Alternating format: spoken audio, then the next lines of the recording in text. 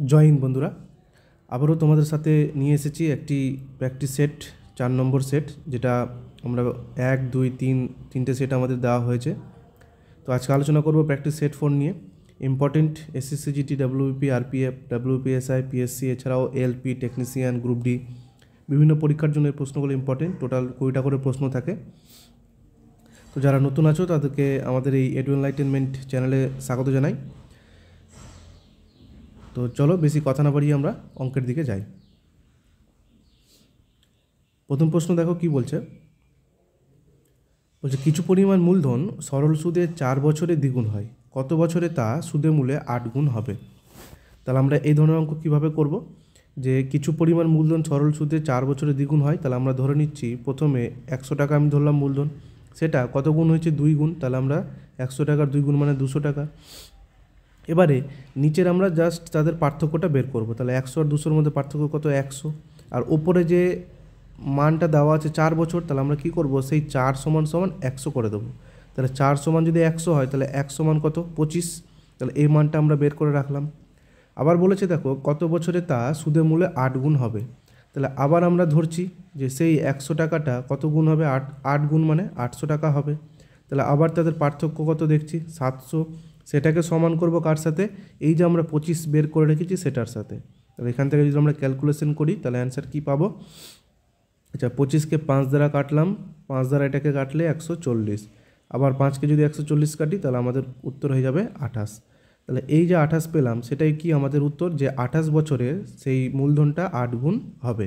তাহলে আমাদের option B হয়ে যাবে কি সঠিক উত্তর। চলে যাব পরের প্রশ্নতে। 2 নম্বর প্রশ্ন বলছে, একটি দলে 75 জন টিমের গড় ওজন 47 কেজি। পরে জানা যায় যে একটি মেয়ের ওজন লেখা হয় 45 কেজি, যার প্রকৃত ওজন 25 কেজি। দলের 75 জন যে টিমের আসল গড় ওজন কত? তার মানে 75 জন ছিল, ঠিক আছে, তাদের গড় ওজন বলে দিয়েছে কত? 47। তাহলে আমাদের সমষ্টি বের করতে হবে। তাহলে 75কে 47 দিয়ে গুণ করব। তো আমরা যদি সাইডে গুণ করি 75কে 47 দিয়ে, তাহলে 5 7 35, 7 7 49, আর 3 525, 4 5 20, 4 7 28 মানে 300। তাহলে 5 2 5 3। তাহলে আমাদের সমষ্টি কত হয়ে যাচ্ছে? 3 5 2 5।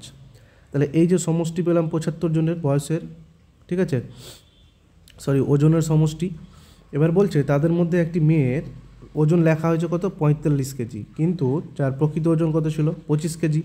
তার মানে আমার ওজন হচ্ছে মেয়েটার 25, আর সে লিখেছে বা অ্যাড করেছে 45। তার মানে কি 20, যে যদি আমরা বিয়োগ করি তাহলে এই 20 কেজি ওজনটা বেশি লিখেছে।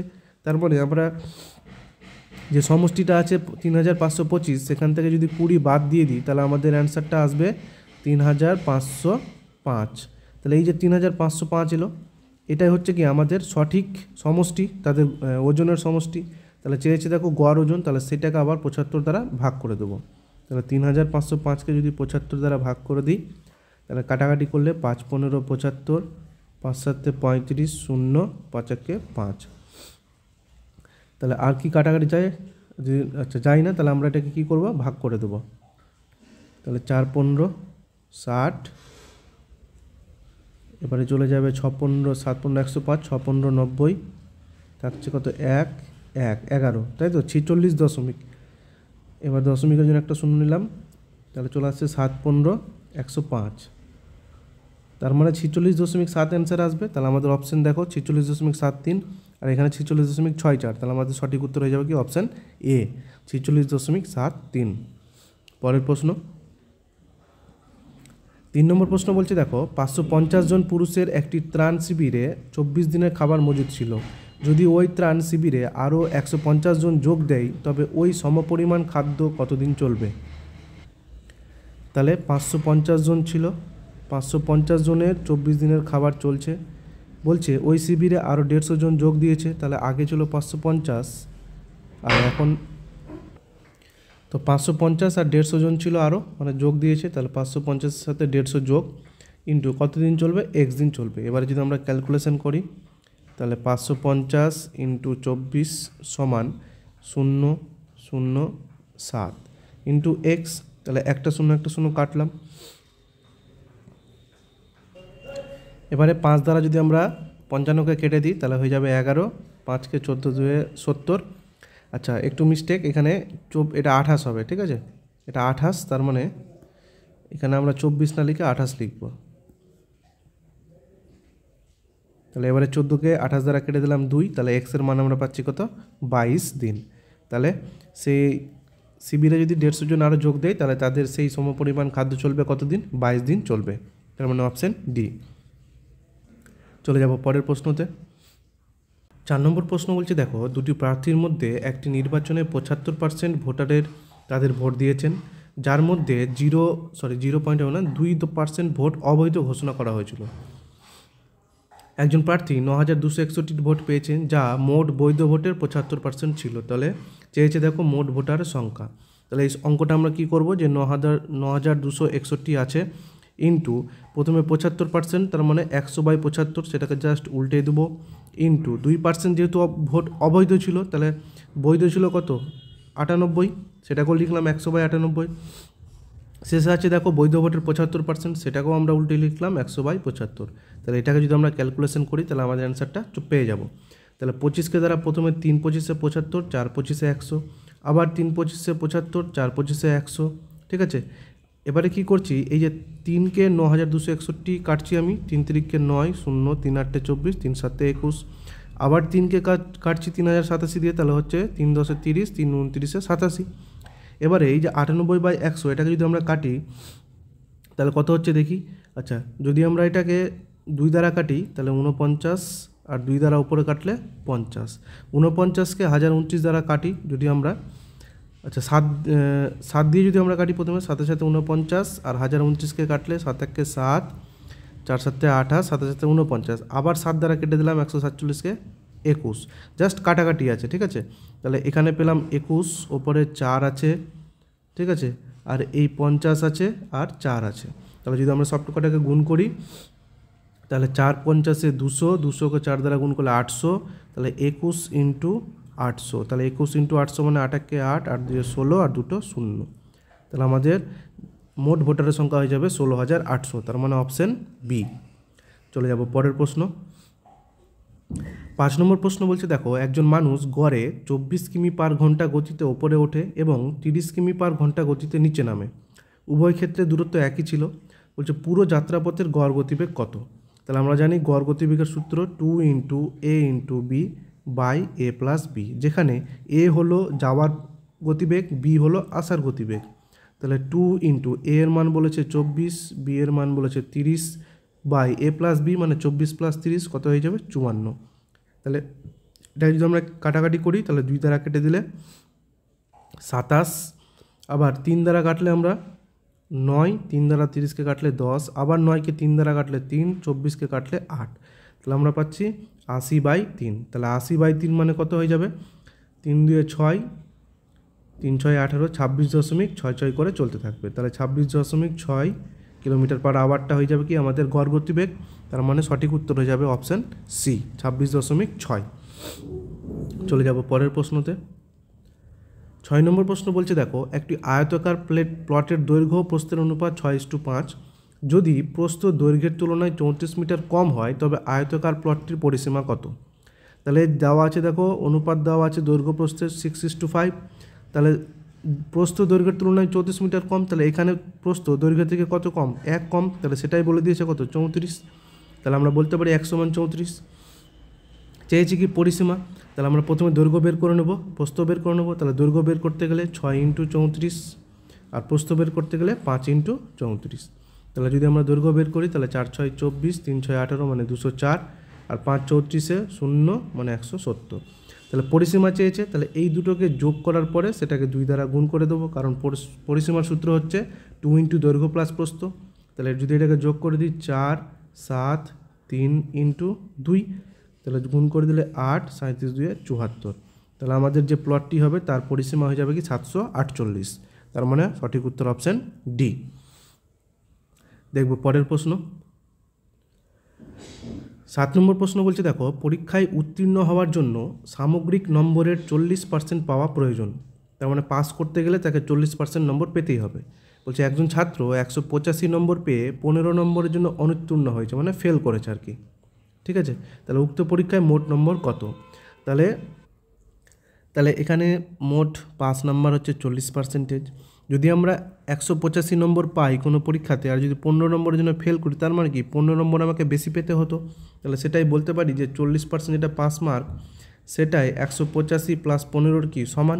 তাহলে আমরা বলতে পারি 40% সমান হয়ে যাবে আমাদের কাছে 185 আর 15 যোগ করলে হয়ে যাবে কত? 200। তাহলে 1 সমান সমান আমরা পেয়ে যাবো কাটাকাটি করলে 5। তাহলে 1 সমান 5 হলে 100 সমান কত? জাস্ট 100-র সাথে 5 গুণ করে দিলে আমরা সেই পরীক্ষায় মোট নাম্বারটা পেয়ে যাবো কত? 500। তার মানে সঠিক উত্তর হয়ে যাবে কি? Option D. চলে যাব পরের প্রশ্নতে। 8 নম্বর প্রশ্ন দেখো, বলছে একটি 2 অঙ্ক বিশিষ্ট সংখ্যার অঙ্কদ্বয়ের গুণফল 8। যখন সংখ্যাটির সাথে 18 যোগ করা হয় তখন সংখ্যাটির অঙ্কদ্বয়ের স্থান পরিবর্তন হয়, তাহলে সংখ্যাটি কত? তাহলে এই ধরনের প্রশ্ন আমরা অপশন টেস্ট করে করবো, তাহলে খুব তাড়াতাড়ি হয়ে যাবে। তাহলে দেখো যেটা বলেছে যে অঙ্কদ্বয়ের গুণফল কিন্তু 8, তাহলে প্রথম অপশানে দেখো 2 × 4 যদি গুণ করি তাহলে 8, এটা হতে পারে। তারপরেরটাও 8 × 8 হতে পারে, 8 × 8, কিন্তু অপশান ডি দেখো 3 দিয়ে 6, তাহলে এটা অপশান হচ্ছে না। এবার বলেছে সংখ্যাটির সাথে 18 যোগ করছে, তার মানে প্রথমে যে সংখ্যাটা আছে 24, তার সাথে যদি আমরা 18 যোগ করি তাহলে কত হচ্ছে? 8 × 4 = 2, 3 × 1 = 3, মানে 4। বলেছে দেখো অঙ্কদ্বয়ের স্থান পরিবর্তন হয়, তার মানে যেটা ধরেছিলাম আমরা 24, 18 যোগ করার পরে হয়ে গেছে কত? 42, তার মানে কি অঙ্কদ্বয় চেঞ্জ হয়েছে। তাহলে আমাদের সঠিক উত্তর আমরা বলতে পারি কি? Option A. 9 নম্বর প্রশ্ন চলে যাব।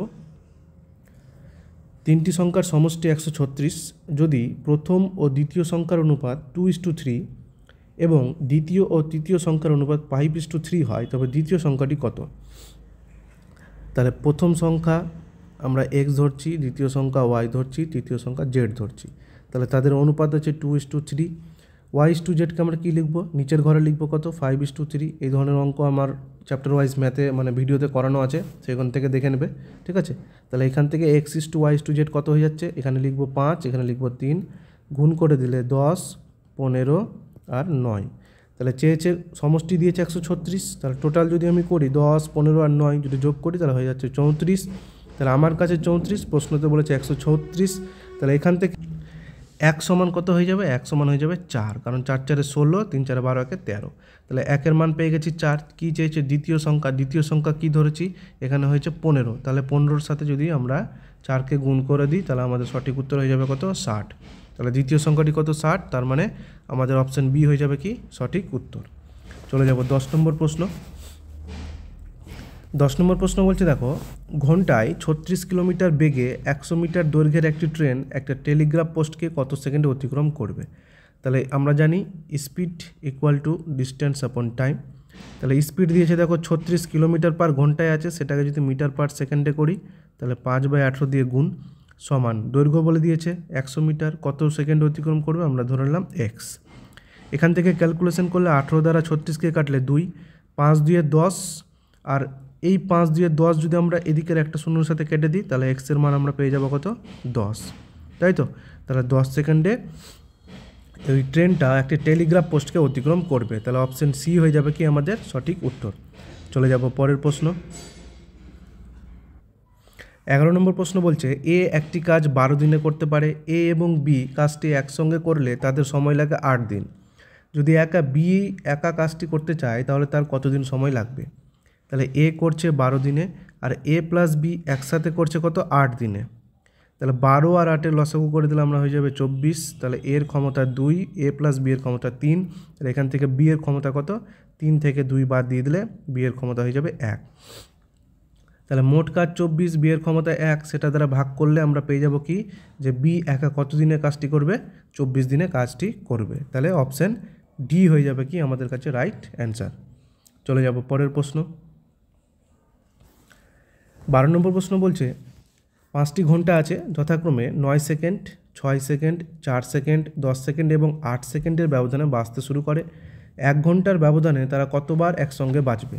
তাহলে প্রথমে যে 9, 6, 4, 10 আর 8, এদের কি করব? এলসিএম বা লসাগুটা আমরা বের করে নেব। তাহলে সবগুলোর যদি লসাগু বের করি তাহলে দেখবে 9 4 6 10 8-এর লসাগু হয়ে যাবে 360। তাহলে 360 সেকেন্ড হলো এটা। এবারে বলেছে দেখো 1 ঘন্টার ব্যবধানে, তাহলে 1 ঘন্টা মানে 1 আওয়ার সমান সমান আমরা কি জানি 3600 সেকেন্ড, তাই তো 3600 সেকেন্ড। তাহলে এই যে 3600 সেকেন্ডকে যদি আমরা যেটা লসাগু পেয়েছি 360 সেটা দ্বারা ভাগ করে দিই, তাহলে আমরা অ্যান্সার পেয়ে যাবো কত 10। তাহলে সেই তারা আবার 1 ঘন্টার ব্যবধানে কতবার একসঙ্গে বাজবে 10 বার, তার মানে অপশান ডি হয়ে যাবে কি আমাদের সঠিক উত্তর। চলে যাব পরের প্রশ্ন। 13 নম্বর প্রশ্ন বলছে দেখো একটি কাজ এ 10 দিনে, বি 12 দিনে, সি 15 দিনে করতে পারে। তারা একসাথে কাজ শুরু করার 2 দিন পরে এ ও বি দুই দিন পরে এ ও কাজ সম্পন্ন হওয়ার 4 দিন আগে সি চলে যায়, তাহলে কাজটি শেষ হতে কতদিন লেগেছিল। তো এখানে আমরা এ 10 দিনে করেছে, বি 12 দিনে করেছে, সি 15 দিনে করেছে।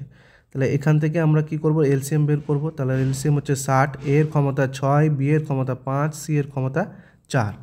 বলেছে কাজটি শেষ শুরু করার 2 দিন পরে এ চলে যায়, তাহলে এর 1 দিনের ক্ষমতা যদি 6 হয় তাহলে 2 দিনের ক্ষমতা কত হবে 2 × 6 মানে 12, ঠিক আছে। তাহলে টোটাল কাজ ছিল 60, সেখান থেকে সে 12 কাজ করে চলে গেছে, তার মানে থাকছে কত 8 48, তাই তো। এবার কাজটি সম্পন্ন হওয়ার 4 দিন আগে সি চলে যায়, তাহলে কাজটি শেষ হওয়ার আগে সি এর 1 দিনের ক্ষমতা 4, তাহলে 4 দিনের ক্ষমতা 4 × 4 মানে 16। তাহলে এই যে 16 কাজ যেহেতু শেষ হওয়ার আগে গেছে, তাহলে আমরা যে কাজটা ছিল 48 তার সাথে 16কে কী করব যোগ করে দেবো। তাহলে যোগ করে দিলে হয়ে যাবে 8 6 4, 4 1 5 1 64। তাহলে আমাদের মোট কাজ হচ্ছে কত এখন 64। এই 64কে আমরা কি করব, যে কাজটি শেষ হতে কতদিন সময় লেগেছিল, তাহলে আমরা এবারে কি করব এ প্লাস বি প্লাস সি মানে টোটাল ক্ষমতাটা আমরা বের করে নেব। তাহলে টোটাল ক্ষমতা বের করলে 5 6 11 4 15, তাই তো।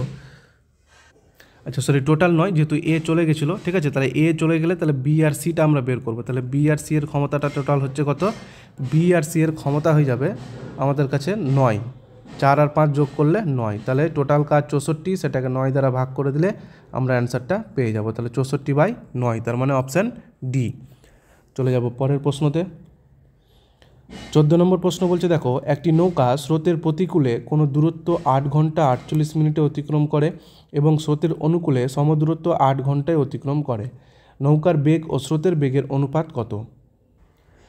তো আমরা এটাকে একটু শর্টকাটে করার উপায় কি করব, অনুপাতে বের করে নেব। প্রথমে অনুকূল বলেছে তার মানে x + y = আর প্রতিকূল বলেছে x - y, তাহলে x + y হয়ে যাবে কত 4 ঘন্টা বলেছে, x - y বলেছে 8 ঘন্টা 48 মিনিট, তার মানে হয়ে যাবে 8কে 60 দ্বারা প্রথমে গুণ করব মিনিটে, তার সাথে 48 যোগ করে দেবো, তাহলে হয়ে যাবে কত 480 + 48, তার মানে হয়ে যাবে 528, তাই তো 528। আর এখানে যদি আমরা 4 ঘন্টাকে মিনিটে করে দিই তাহলে হয়ে যাবে 4 × 60 মানে 240। এটাকে যদি আমরা ছোটো করে দিই তাহলে 4 দ্বারা কাটলে 60, 4 দ্বারা কাটলে 13 2। এবারে যদি 12 দ্বারা কেটে দিই আমরা তাহলে 5 12 60 আর 5 12কে 11 দ্বারা গুণ করলে 132। এবারে চেয়েছে কি দেখো নৌকার বেগ ও স্রোতের বেগের অনুপাত, তার মানে চেয়েছে x = y চেয়েছে, ঠিক আছে।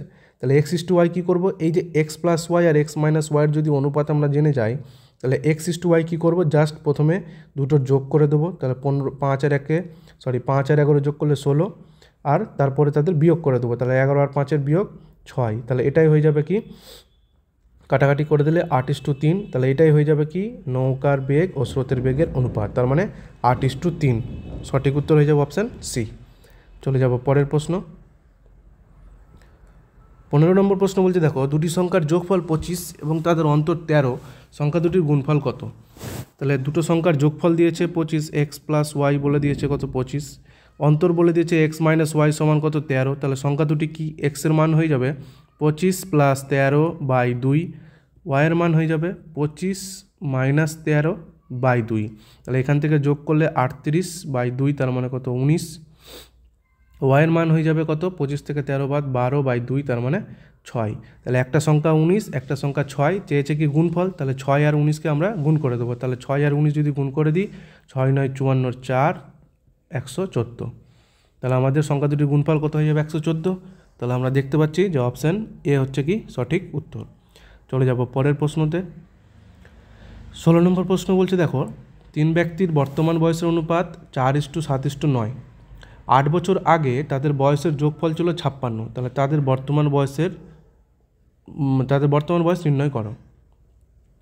তাহলে এখান থেকে যদি আমরা অপশন ধরে করি তাহলে আমাদের কি করতে হবে, যে কোনো একটা অপশন ধরে তাদের 8 বছর আগে যেতে হবে। 8 বছর আগে যেটা বয়স পাবো তার সাথে যোগ করে যদি 56 হয়ে যায় তাহলে আমরা বলতে পারবো সেটাই অ্যান্সার। তাহলে প্রথম অ্যান্সার যদি আমরা তাড়াতাড়ি ধরে নিই, 16 আছে তাহলে 8 বছর আগে 8, 28 আছে তার মানে 20, 36 আছে তার মানে 28। তাহলে এই দেখো তিনটে যদি আমরা যোগ করি 28, 20, 48, 48 আর 8 যোগ করলে কিন্তু 56 মিলে যাচ্ছে, তার মানে আমাদের অপশান এ হয়ে যাবে কি সঠিক উত্তর, তাই তো। তাহলে এখানে আমরা ডাইরেক্ট পেয়ে গেলাম অপশন ধরেই যে অপশন এ হয়ে যাবে সঠিক উত্তর। চলে যাব পরের প্রশ্ন। 8, 24 এবং 54 এর লসাগু কত? তাহলে 8, 24 এবং 54 এর লসাগু, এটা তোমাদের জন্য হোমওয়ার্ক থাকলো, এটা কমেন্টে অবশ্যই তোমরা উত্তরটা জানাবে। চলে যাব পরের প্রশ্নতে। 18 নম্বর প্রশ্ন, কোনো আয়তক্ষেত্রের বাহুর পরিমাণ 20% বৃদ্ধি পেলে তার ক্ষেত্রফল কত বৃদ্ধি পাবে? তাহলে বাহু 20% মানে আমরা জানি 1/5, তাহলে সেটা বৃদ্ধি মানে 5 থেকে 6 হয়ে যাবে। ক্ষেত্রফল বলে সেটাকে 2 বার লিখব। এই ধরনের অঙ্ক প্রচুর করানো আছে আমার, ঠিক আছে। তাহলে বাদিক গুণ 25, ডান দিকে 36, কত বৃদ্ধি পাচ্ছে? 11 বৃদ্ধি পাচ্ছে। কার উপরে? 25-এর উপরে। কত শতাংশ? ইন্টু 100%। তাহলে কাটাকাটি যদি করে দিই, 25কে 100 দ্বারা কাটলে 4, তাহলে 4, 11, 44%। তাহলে ক্ষেত্রফল কত বৃদ্ধি পাবে? 44%, তার মানে সঠিক উত্তর অপশান বি। চলে যাব 19 নম্বর। 19 নম্বর প্রশ্ন বলছে 65 লিটার জল মিশ্রিত দুধে দুধ ও জলের পরিমাণের অনুপাত 10:3। ওই মিশ্রণে আর কত লিটার জল মেশালে দুধ ও জলের পরিমাণ 8:5 হবে? তাহলে প্রথমে আমরা কি করব, যেটা অনুপাত দেওয়া আছে 10:3, সেটাকে যদি আমরা টোটাল করি, টোটাল করলে 13, সেই 13 সমান বলে দিয়েছে দেখো 65 লিটার মিশ্রণ, তার মানে 65। তাহলে 1 = 5। তাহলে প্রথম মিশ্রণে দুধের পরিমাণ ছিল 50 আর জল ছিল 15, তাই তো। তাহলে এবারে কি করব, কত লিটার জল মেশাচ্ছে, তাহলে আমরা যদি অনুপাতটা বের করি, দুধ ছিল 50 আর জল ছিল 15, তার সাথে আমরা যোগ করছি এক্স, তাহলে সেই অনুপাতটা দাঁড়াচ্ছে কত? 8:5। তাহলে এবার যদি আমরা আড়াআড়ি গুণ করি তাহলে 8, 15, 120 প্লাস 8x, আর এইদিকে হয়ে যাচ্ছে কত? 250। তাহলে এখান থেকে 8x সমান আমরা বলতে পারি 250 থেকে 120 বাদ দিলে 130, এক্সের মান হয়ে যাবে 130/8। কাটাকাটি যদি করি 2 দ্বারা 4, 2 দ্বারা কাটলে 65, তাহলে 65/4, তার মানে হয়ে যাচ্ছে কত? 4, 16, 64, 16, 15, 1/4। তাহলে এই পরিমাণ জল আমাকে মিশ্রিত করতে হবে। তাহলে সঠিক উত্তর অপশান সি, এটা আছে 16, 15, 1/4। ঠিক আছে, চলো এই সেটের শেষ প্রশ্ন 20 নম্বর প্রশ্ন আমরা দেখব। কিছু টাকা বার্ষিক 5% সরল সুদের হারে কত বছরে 3 গুণ হয়?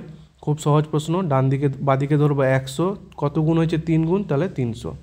তাহলে তাদের গ্যাপ কত আছে? 200। তাহলে সেই গ্যাপটার সাথে সমান করব যে ডাটাটা দেওয়া আছে, তার মানে 5%। তাহলে 1 সমান কত?